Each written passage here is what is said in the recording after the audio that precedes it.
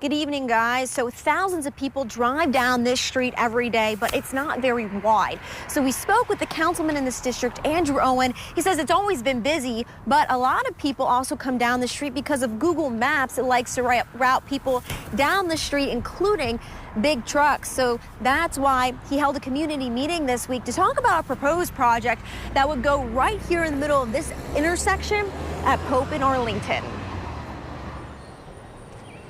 Every morning, Will Ryan likes to sit on his porch with the birds chirping and leaves changing. But one thing he notices the most, the traffic. It's a very busy street, definitely a main cut through.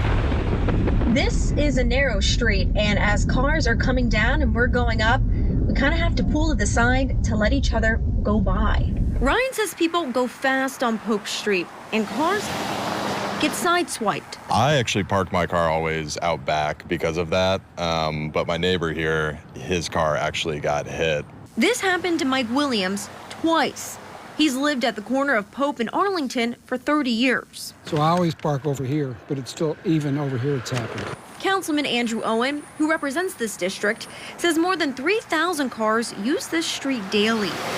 But normal traffic on other residential streets, he says, is typically a few hundred cars. So we're talking about a volume of cars problem. Owen is proposing a physical barrier called a diagonal diverter, which would be new in the city. When you come south on Pope, it will force cars that are coming south to turn left.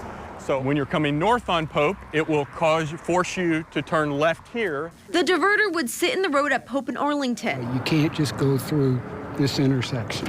But some fear it will push the problem to other narrow streets. Owen hopes that's temporary. The idea is, though, that if once people do that once or twice, that their behavior will change. And they'll realize that this is not the shortest path to where they were trying to get, and they will no longer come down Pope Street. But neighbors are unsure.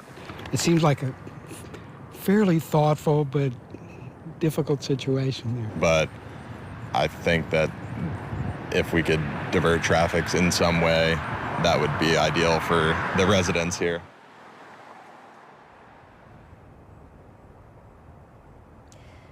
This project is not a done deal just yet. There's still a process ahead. Owen did submit an application for the project. Public Works has to review it along with other projects that have been submitted.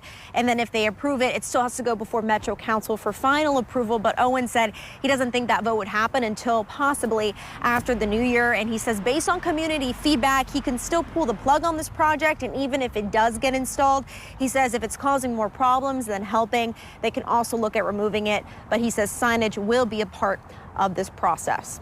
Reporting live in Clifton, Madison Elliott, WLKY News.